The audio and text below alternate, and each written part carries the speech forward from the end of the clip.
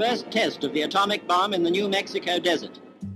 On the 16th of July 1945, US scientists detonated the world's first nuclear device. Never before had such an enormous amount of destructive potential been released. 3 weeks later, the United States dropped 2 bombs on Hiroshima and Nagasaki, killing more than 200,000 people. World War II ended, and the world changed forever.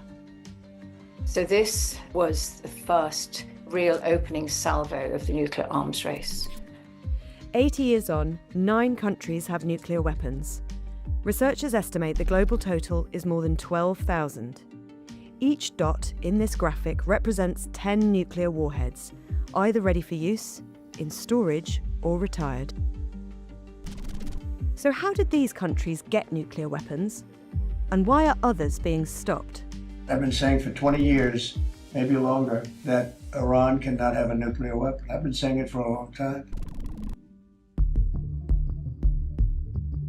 As the Second World War was replaced by the Cold War, the development of nuclear weapons focused on expanding their destructive power.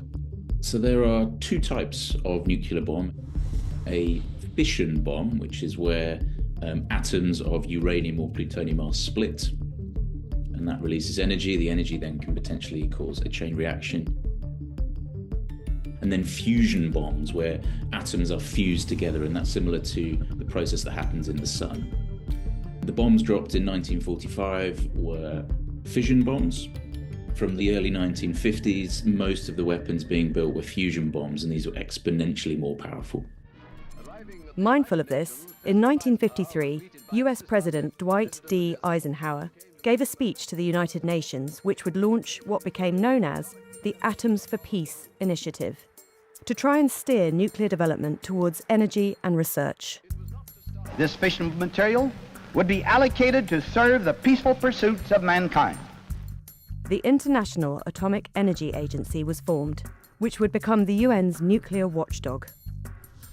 But the nuclear arms race accelerated, centred on a new idea: mutually assured destruction. They believed that it was so awful, so terrible, that it could never be used again in conflict. And therefore, this would essentially deter or prevent war. The UK, France, and Russia developed their own nuclear weapons, as did China with Soviet help.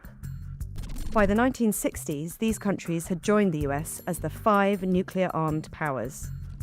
And amid fears that number could keep rising, the UN drew up an agreement to try and halt nuclear expansion.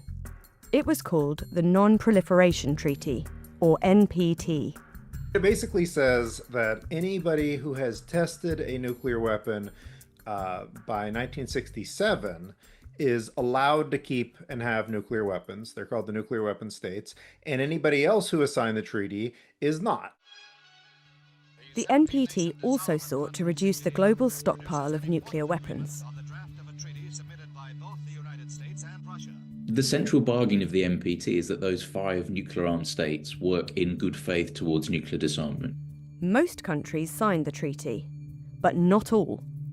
South Africa didn't, and in the 1970s and 80s developed a secret nuclear weapons program. But by the end of apartheid, the weapons had been dismantled. And that still stands out as a pretty significant outlier in the nuclear age, of a state that built its own nuclear weapons and then decided to disarm. South Africa would go on to sign the treaty. And in the 1990s, after the collapse of the Soviet Union, newly independent Ukraine, Belarus, and Kazakhstan also signed, after agreeing to give up nuclear arms they'd inherited from the Soviet Union. But there are 3 countries who didn't sign in the 1960s and still haven't today. And that means UN inspectors do not have the power to check their nuclear facilities. Israel, India, and Pakistan never joined the Non-Proliferation Treaty. So they stayed outside the treaty, and they have therefore kept, if you like, a legal loophole to allow them to develop nuclear weapons. On the 14th of May, 1948, Israel declared its independence following a UN vote to partition Palestine, which had been administered by Britain. The next day, it was attacked by the armies of 5 Arab nations who opposed the partition. The fighting ended in a series of uneasy armistices in 1949. But Syria and Iraq have technically been in a state of war with Israel ever since. Many of its neighbours felt that Israel should never have been formed and have continued to think that. So Israel's been in this constant state of hypervigilance, and it's been at war with its neighbours on many occasions. And this led to an exploration of developing nuclear weapons for itself. In the late 1950s, with help from France, Israel started work on a secret nuclear facility at Dimona. Israel said the centre was for nuclear energy research. Many suspected Israel was in fact trying to build a bomb. Israel has always maintained a policy of strategic ambiguity around nuclear weapons, never confirming or denying their existence. So officially, we don't know very much about the Israeli nuclear program. What we do know is from various leaks and from a former scientist called Mordecai Vanunu. Mr. Vanunu had been a technician at the Dimona reactor, and the details he leaked to a British newspaper in 1986 gave no doubt that Israel had a major nuclear capability. For this, he was imprisoned in Israel for 18 years and was released in 2004. Since the article was published, there is no more any secrets. All the secret was published is in the hand of all the world. And now everybody knows it has nuclear weapons, even though it doesn't say it does explicitly. This does have a effect for it where it gets sort of the benefits of nuclear weapons. The threat is there, but it doesn't necessarily get the consequences of being an unsanctioned nuclear regime. The countries around it, of course, don't like that it has nuclear weapons at all. They consider this total hypocrisy.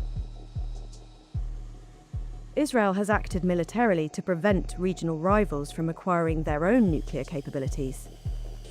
It bombed suspected nuclear sites in Iraq in 1981 and Syria in 2007, and targeted Iranian nuclear facilities in 2025. India and Pakistan, who, like Israel, have never signed the Non-Proliferation Treaty, also hold nuclear weapons. Both set up nuclear energy programs in the late 1950s and benefited from President Eisenhower's Atoms for Peace initiative. In the case of India, the United States provided nuclear materials and Canada a reactor. Then, in 1962, India fought a brief war with its neighbour China. In the case of India, then, they saw China as a major problem in terms of the way in which they saw their security. In 1974, after secretly enriching plutonium, India tested an atomic device. India conducted this so-called peaceful nuclear explosion. We are firmly committed only to the peaceful uses of atomic energy. To all intents and purposes, it's the same as a weapons test. But India made the point at the time saying this is not to be weaponized. India had fought a war with its neighbour Pakistan 3 years earlier, and the explosion heightened tensions. Pakistan then, of course, saw India as its enemy and decided that they needed to get a nuclear weapon.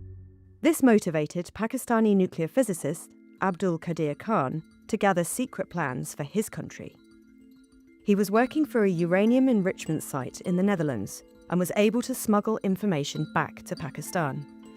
Its ally China also provided nuclear knowledge in the late 1980s, but the Chinese have always maintained any aid was only for energy purposes.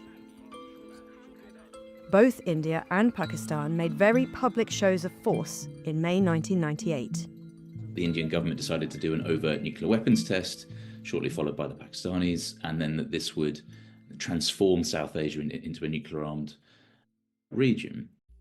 A.Q. Khan then sold Pakistan's knowledge to other countries, including North Korea, which would become the 9th nuclear-armed state in 2006.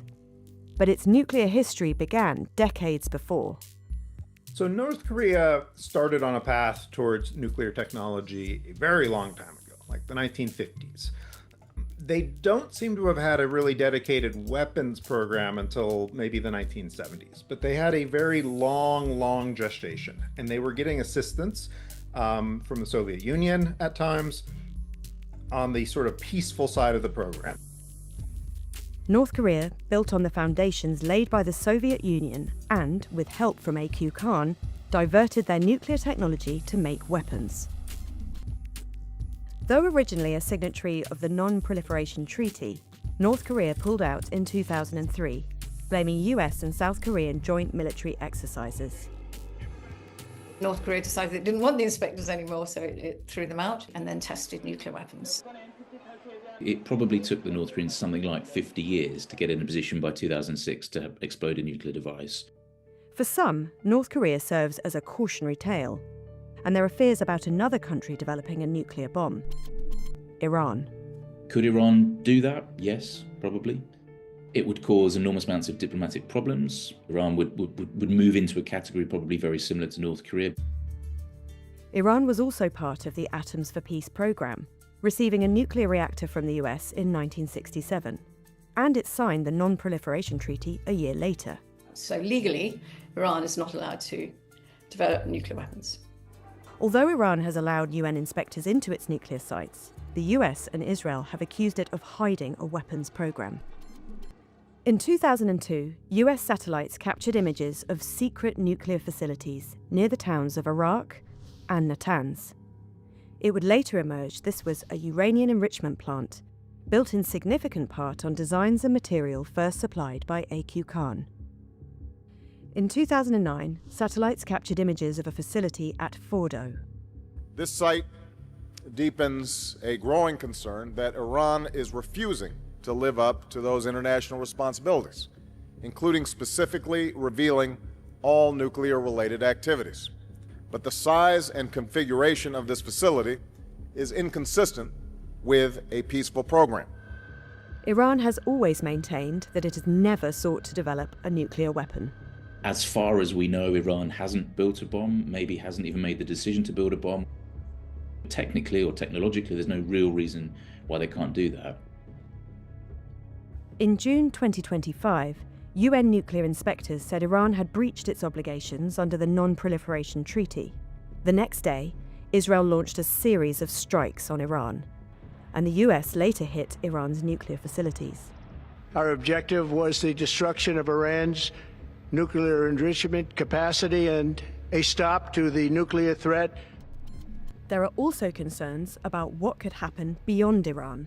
What we may see in the Middle East is a knock-on effect or domino effect whereby Iran's neighbors, not only Israel, if they see Iran developing nuclear weapons, may develop a capability themselves. The two central principles of the Non-Proliferation Treaty, enacted 55 years ago, were to stop the spread of nuclear weapons beyond the 5 legally recognised nuclear states, and to disarm. Both are being tested. Clearly, the commitment to disarmament has not been realised. Those 5 nuclear armed states point to the fact that stockpiles have been reduced enormously. The non-nuclear armed states point to the fact that all of those 5 are modernising and in some cases expanding nuclear arsenals. Weeks after the US and Israeli strikes, Iran suspended cooperation with the UN's nuclear watchdog, shutting out inspectors from verifying Iran's obligations under the Non-Proliferation Treaty. So the NPT remains a real figurehead of the nuclear order, incredibly successful in so many ways, but as of today is under strain.